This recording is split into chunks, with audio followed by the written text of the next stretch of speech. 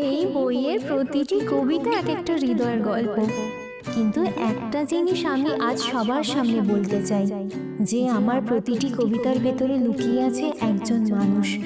সে আমার পাঠক, সে আমার বন্ধু, সেই আমার ভালোবাসা, অর্পণ।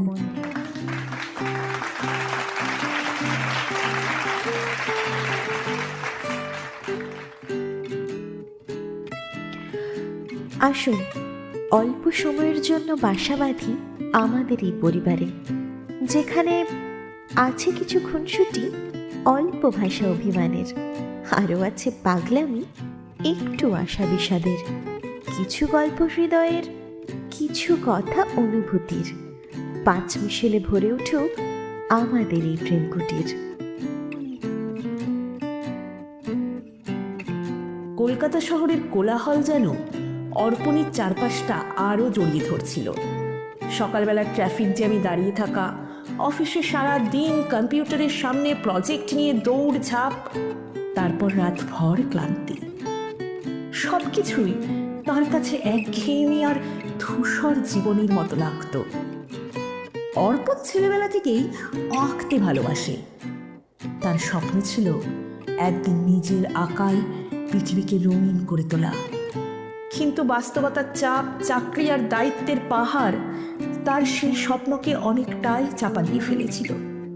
তার বন্ধু রাহুল ছিল একেবারেই উল্টো স্বভাবের, প্রাণবন্ত, আড্ডাবাজার, হাসি খুশি। প্রায়ই অর্পণকে টেনে নিয়ে যেত এখানে সেখানে, শুধুমাত্র এই একঘেয়েমি কাটানোর জন্য। ফেব্রুয়ারির এক সকালে হঠাৎ রাহুল ফোন করে বলল, এই শোন, আজ বই মেলায় যাবে, কোনো অজুহাত চলবে না। বই মেলা? অফিস থেকে ছুটি নেই তো। আর আমার তো ভিড় সহ্য হয় না রে। তোর অফিস, প্রজেক্ট, ডেডলাইন সব কিছু বাদ দিয়ে আজকে একটু রঙিন হোক, বই মেলায় যাবি, এটাই চূড়ান্ত। অবশেষে রাহুলের জোড়াজড়িতে অর্পণ রাজি হলো। বিকেলের দিকে মেলায় ঢুকে অর্পণ যেন এক অচেনা জগতে চলে এলো। চারপাশে মানুষের ভিড়, হাতে বই, স্টলগুলিতে আলো ঝলমলে সাজসজ্জা, বাতাসে ছাপাখানার কালি আর নতুন বইয়ের গন্ধ। এই ভিড়ের মাঝেও তার মনে হচ্ছিল আজ কিছু একটা বিশেষ ঘটতে চলেছে। আর ঠিক সেই সময়ই চোখে পড়ল তাকে। একটি ছোট্ট স্টলে দাঁড়িয়ে আছে এক মেয়ে, হাতে তার নিজের লেখা কবিতার বই, খোলা চুল, সাদা সালোয়ার আর ঠোঁটে অদ্ভুত মায়াবী হাসি। তার চোখ যেন আশেপাশের কোলাহল ছাপিয়ে অদ্ভুত এক আলো ছড়াচ্ছিল। অর্পণ প্রথমবার বুকের ভেতরে কাঁপুনি টের পেল। সে নিজেই হবাক হয়ে ভাবল, এমন তো আগে কখনো হয়নি। শুধু একটা হাসির জন্য বুকের ভেতরে ভাবে ধকধক করা কি স্বাভাবিক? অর্পণ চুপ হয়ে দাঁড়িয়ে রইল। তার চোখ শুধু মেঘলার দিকে স্থির হয়ে আছে, যেন চারপাশের ভিড়, শব্দ সব কিছুই মিলিয়ে গেছে। শুধু সেই মেয়েটি আর তার হাসি ছাড়া আর কিচ্ছু নেই। বইমেলার ভিড়ের মাঝে রাহুল অর্পণকে টেনে নিয়ে গেল মেঘলার স্টলে। মেঘলা তখন তার নিজের কবিতার বই এক দম্পতিকে দিচ্ছিল। বইয়ের ভেতরে সে নিজ হাতে সই করছিল। হাতের লেখাটাও অদ্ভুত সুন্দর মেয়েটির। এই যে ম্যাডাম, কি খবর? চেনা যাচ্ছে? তা মিঠেম, এ হচ্ছে আমার সবচেয়ে ঘনিষ্ঠ বন্ধু অর্পণ, গ্রাফিক ডিজাইনার, কিন্তু ওর ভেতর লুকিয়ে আছে একটা বড় শিল্পী সত্তা। মেঘলা মুখ তুলে তাকালো, মুখে ভদ্র অভিবাদনের ঝিলিক। ওহো, আপনিও তাহলে শিল্পী? বেশ মজার তো। আপনার তো বইমেলা পছন্দ হওয়ার কথা। আসলে আমি বই পড়ি, কিন্তু এত ভিড় আমার কাছে একটু কঠিন লাগে। আজ রাহুলই জোর করে নিয়ে এসেছে। মেঘলা হেসে দিল। তার হাসি যেন চারপাশে এক মুহূর্তের জন্যে আলো ছড়িয়ে দিল।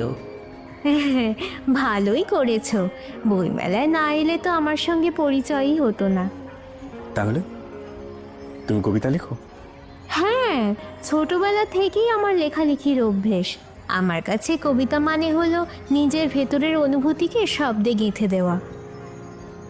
অর্পণ মন দিয়ে শুনছিল সবটাই, যেন মেঘলার প্রতিটি শব্দে অদ্ভুত এক জাদু লুকিয়ে আছে। সেই দিনই রাহুল তিনজনকে একসঙ্গে চায়ের দোকানে নিয়ে গেল। মাটির ভাঁড়ে ধোয়া ওঠা চা আর পাশ দিয়ে ভেসে আসা বইমেলার ভিড়ের শব্দ, মুহূর্তটা যেন অন্য রকম হয়ে উঠল। মেঘলা বলছিল তার প্রিয় কবিদের কথা, প্রিয় গানের কথা, স্বপ্নের শহরের কথা।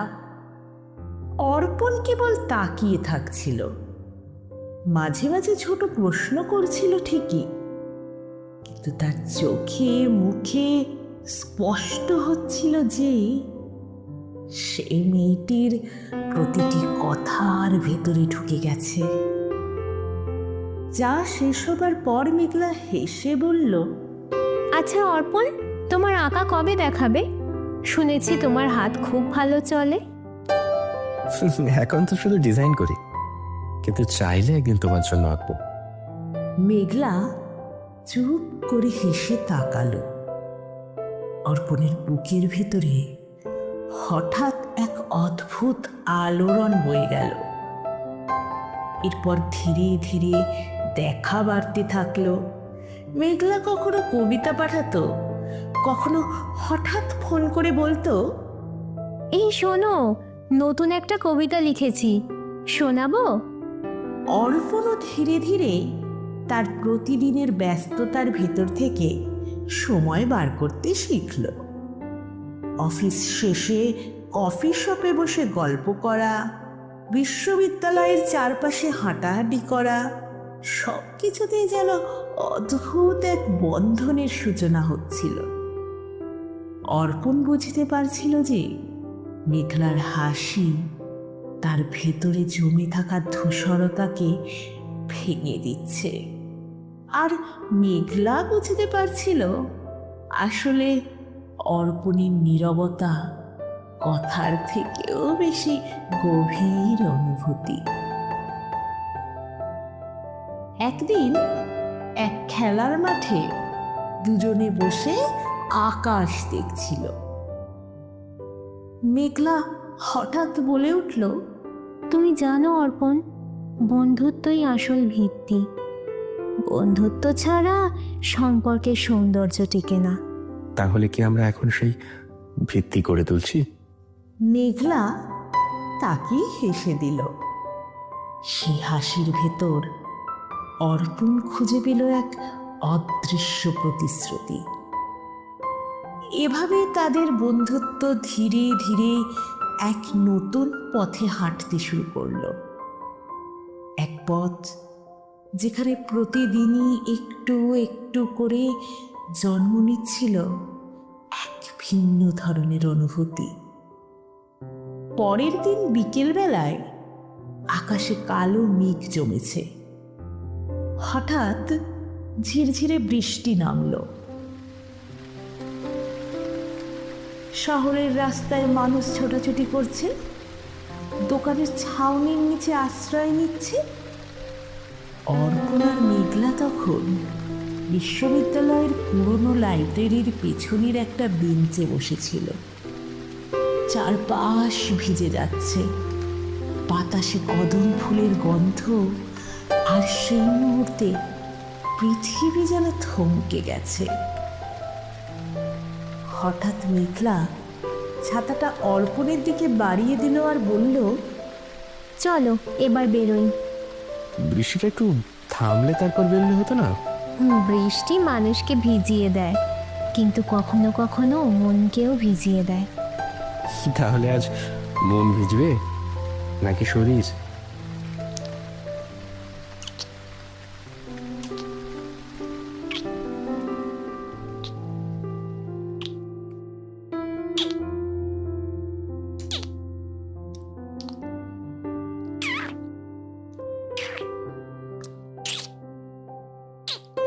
মেঘলা শুধু চুপ করে তার চোখের দিকে তাকালো।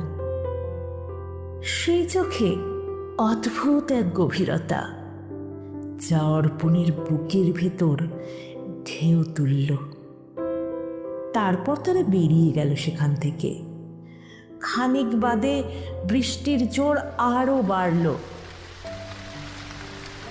রাস্তার গাছের পাতা নেচে উঠল ঝোড়ো বাতাসে।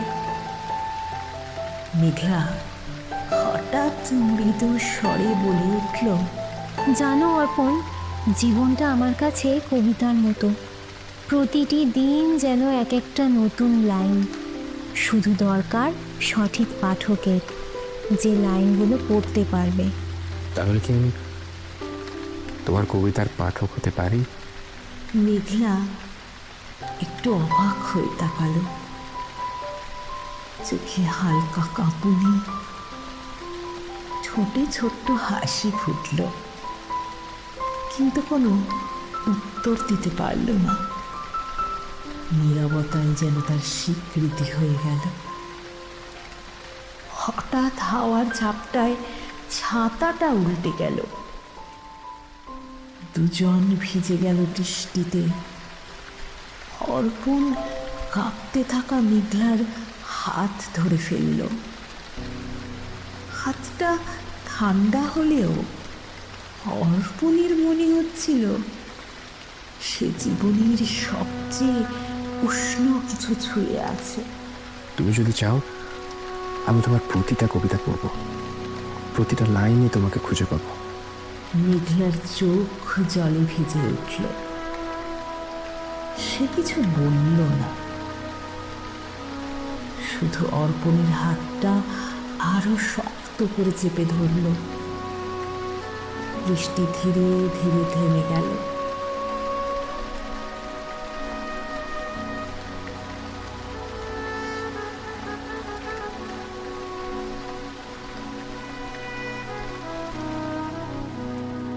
আকাশে হালকা রামধনু উঠল।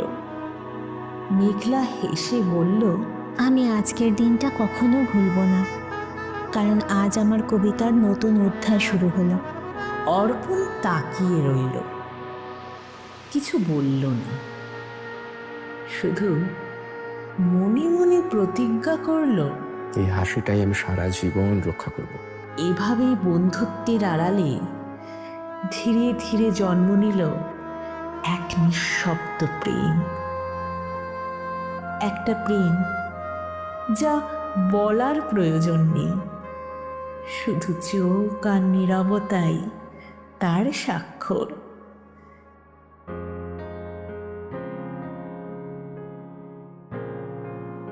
প্রেমের সেই প্রথম দিনের পর অর্পণ আর মেঘলার জীবন যেন আরো রঙিন হয়ে উঠল। প্রতিটা দেখা, প্রতিটা আলাপ, প্রতিটা মুহূর্ত তাদের সম্পর্ককে গভীর করে তুলেছিল। কিন্তু জীবন কি এত সহজ? যেখানে ভালোবাসা আছে সেখানে পরীক্ষাও থাকে। অর্পণের অফিসে একদিন বড় খবর এলো যে বিদেশের একটি নামকরা কোম্পানি তার কাজ দেখে মুগ্ধ হয়ে তাকে চাকরির প্রস্তাব দিয়েছে। বেতন, সুযোগ, সুবিধা সবকিছুই স্বপ্নের মতো।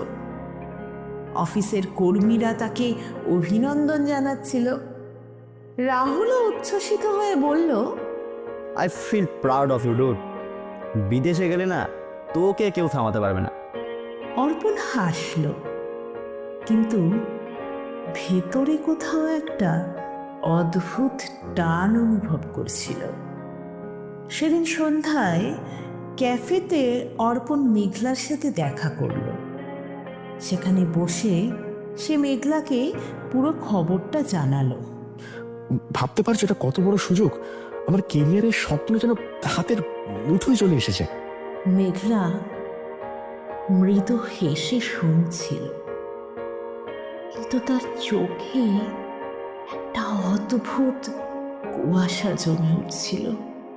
হ্যাঁ, আমি খুশি তোমার জন্য, কিন্তু কিন্তু কি? বিদেশ মানে 1000 মাইল দূরে থাকা। তুমি আর আমি কি এত দূর থেকেও আগের মতো থাকতে পারবো? আমাদের সম্পর্ক এতটা দুর্বল নয় মেঘলা, দূরত্ব আমাদের ভাঙতে পারবে না। কিন্তু মেঘলার চোখে যেন আড়ালে লুকোনো ভয় ফুটে উঠছিল। এরপর থেকে মেঘলা বরাবর অর্পণের সাথে দেখা করলে ওই একই বিষয় নিয়ে প্রশ্ন করত। তুমি গেলে আমার কি হবে? একা থাকবো কিভাবে? তুমি কি চাও না আমি সফল হই? এটাই তো আমার স্বপ্ন ছিল। মেঘলার চোখ ভিজে উঠত প্রতিবারই, কিন্তু সে কিছু বলতে পারত না। ফোনে ঝগড়া বাড়তেই থাকলো। ছোট ছোট ভুল বোঝাবুঝি একসময় বড় হয়ে দাঁড়ালো। দুজনেই একে অপরকে বুঝতে পারছিল না। এক রাতে মেঘলা বারান্দায় বসে অর্পণকে ফোন করলো। ভাবলো সে আজকে তাকে খুলে বলবে যে সে তাকে ছাড়া থাকতে পারবে না, কিন্তু অর্পণ তখন কাজে ব্যস্ত। ফোন ধরেই রূঢ় গলায় বলল, আমাকে একটু সময় দাও মেঘলা, সবসময় আবেগ দিয়ে তো জীবন চলে না।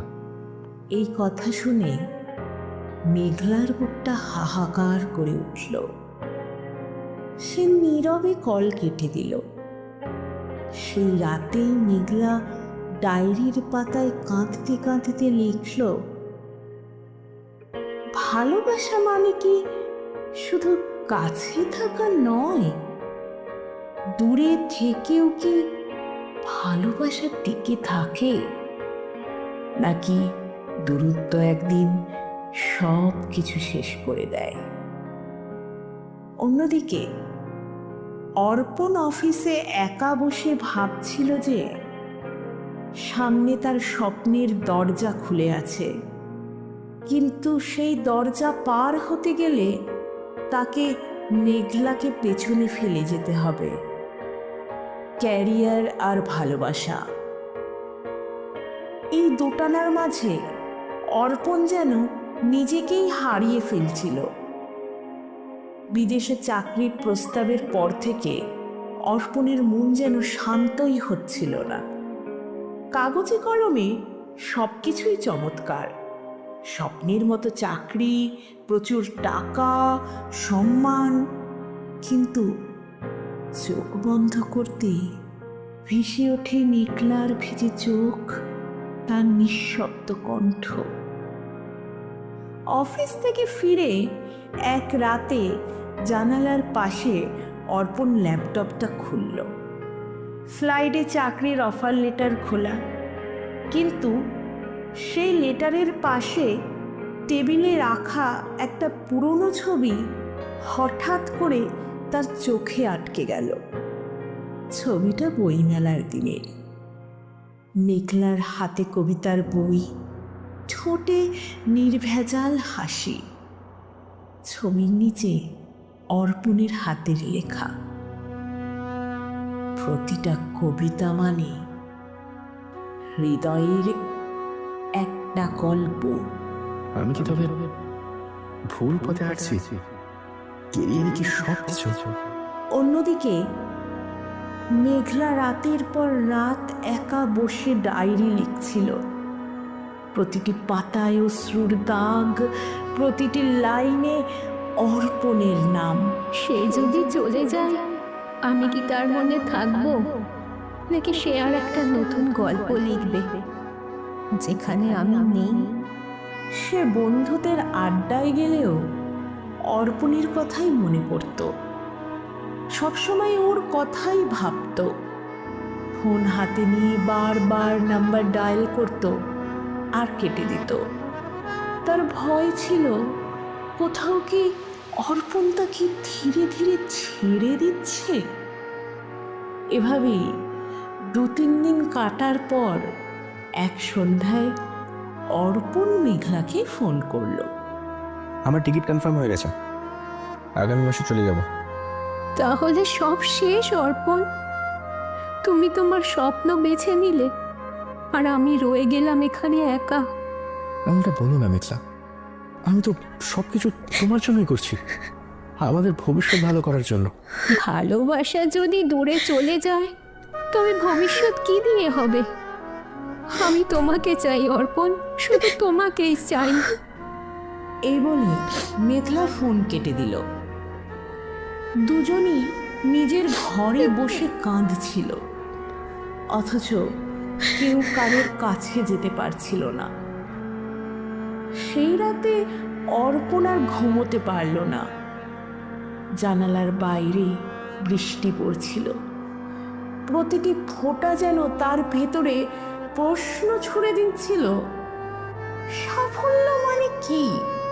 টাকা, নাকি সেই মানুষটা যার সঙ্গে জীবন কবিতার মতো করে বাঁচা যায়? হঠাৎ তার মনের ভেতরে আলো জ্বলে উঠল। সে টেবিল থেকে টিকিটটা নিয়ে ছুঁড়ে ফেলে দিল। তারপর বুক ভরে এক দীর্ঘ নিঃশ্বাস ছাড়ল। না, আমি মেঘলাকে ছাড়া অসম্পূর্ণ। স্বপ্ন মানে মেঘলা। পরদিন সন্ধ্যায় মেঘলা সেই লাইব্রেরির নির্জন কোণে বসে কাঁদছিল। হাতে ডায়েরি, ভেজা পাতার ওপর অশ্রুর দাগ। হঠাৎ পেছন থেকে অর্পণের কণ্ঠ ভেসে এলো। তুমি যদি কবিতা হও তবে আমি তোমার পাঠক, তোমাকে ছাড়া আমার প্রতিটা লাইন অসম্পূর্ণ। তুমি? তোমার তো চলে যাওয়ার কথা ছিল। চাকরি, টাকা, সাফল্য সব পেয়ে কি লাভ যদি তুমি আমার পাশে না থাকো? আমি বুঝেছি, আসল সাফল্য মানে তুমি, তোমার হাতটাই আমার পৃথিবী। মেঘলা আর নিজেকে আটকাতে পারল না, চোখের জল গড়িয়ে পড়ল। অর্পণকে চেপে জড়িয়ে ধরল আর মাথা রাখল অর্পণের কাঁধে। সেই মুহূর্তে চারপাশের পৃথিবী থমকে দাঁড়ালো। শুধু তারা দুজন আর তাদের ভালোবাসার নিঃশব্দ প্রতিশ্রুতি। হঠাৎ বাইরের আকাশের বৃষ্টি থেমে গিয়ে সোনালি আলো ঝরে পড়ছিল। মেঘলা বলল, তাহলে আমাদের কবিতার নতুন অধ্যায় শুরু হলো আজ থেকে, আবার সুন্দর করে। হ্যাঁ, এবার থেকে প্রতিটা লাইনে শুধু তুমি আর আমি আর আমাদের একসাথে করা স্বপ্ন। অর্পণ আর মেঘলার সম্পর্কের ভেতর যত ঝড়ই বয়ে যাক না কেন, অবশেষে তারা বুঝতে পারল যে সত্যিকারের ভালোবাসা মানে একে অপরকে আঁকড়ে ধরে বাঁচা। অর্পণ বিদেশের চাকরির অফারটা ছেড়ে দিল। অনেকেই তাতে অবাক হলো, কেউ কেউ বলল সে নাকি বোকামি করেছে। কিন্তু অর্পণের মনে কোনো আক্ষেপই রইল না, কারণ সে জানত যে সাফল্য প্রিয় মানুষকে হারিয়ে দেয় সেই সাফল্যের কোনো দাম নেই। একদিন বিকেলে মেঘলা অর্পণকে নিয়ে গিয়েছিল তার নতুন বইয়ের মোড়ক উন্মোচনে। ছোট্ট অডিটোরিয়াম ভরা তরুণ তরুণীর ভিড়। মঞ্চে দাঁড়িয়ে উঠে মেঘলা বলল, এই বইয়ের প্রতিটি কবিতা এক একটা হৃদয়ের গল্প, কিন্তু একটা জিনিস আমি আজ সবার সামনে বলতে চাই, যে আমার প্রতিটি কবিতার ভেতরে লুকিয়ে আছে একজন মানুষ। সে আমার পাঠক, সে আমার বন্ধু, সেই আমার ভালোবাসা। অর্পণ।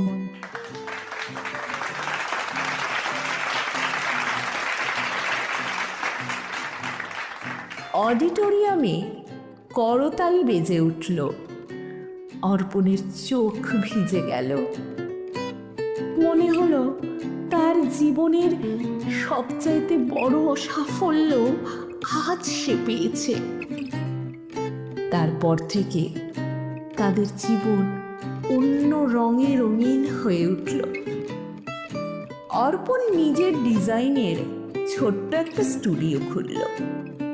তার নাম দিল মন কবিতা। সেখানে মেঘলার কবিতার বইয়ের কভার ডিজাইনও সে নিজেই বানাতো। মেঘলার কবিতা আর অর্পণের আঁকা যেন মিলে গিয়ে এক নতুন গল্প লিখছিল প্রতিদিন। ওদের সম্পর্কটা যেন সত্যি কবিতা ছবির মতো, একজন লেখে আর একজন আঁকে। সত্যি বাবা। হ্যাঁ, এভাবেই বেশ জীবনটা কাটছিল। এক সন্ধ্যায় তারা দুজনে নদীর ধারে গিয়ে বসেছিল। আকাশের রোদ তখন ম্লান হয়ে আসছিল, বাতাসে হালকা শীতলতা।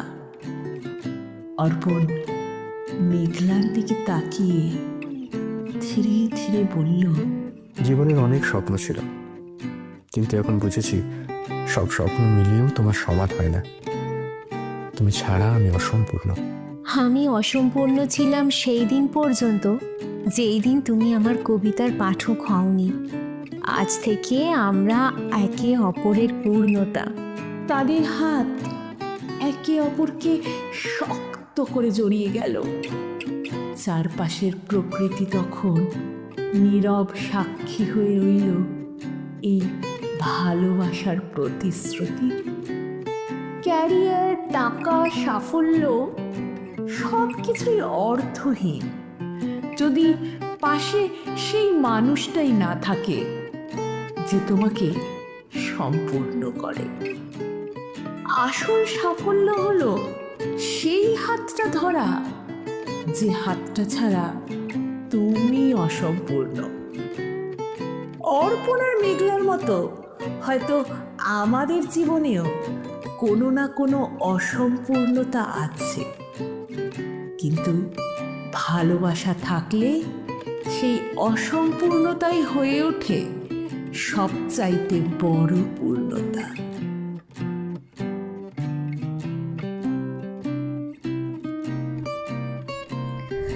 আজকের কমেন্ট বিজয়ী @সংস্কৃত মঞ্চ সোহম সোনাই, উনি লিখেছেন, বাহ, সিরিজটা হঠাৎ করে পেলাম, খুব ভালো লাগছে শুনতে, এমনই সিরিজ আরও চাই। আজ প্রেম কুটিরে মন কথা বলছে, সেই পুরনো স্মৃতিগুলো চোখে জল আনছে। এখানেও কি আমার প্রেমের রং লেগে আছে? তুমি কি ফিরবে না আর এই প্রেম কুটিরে?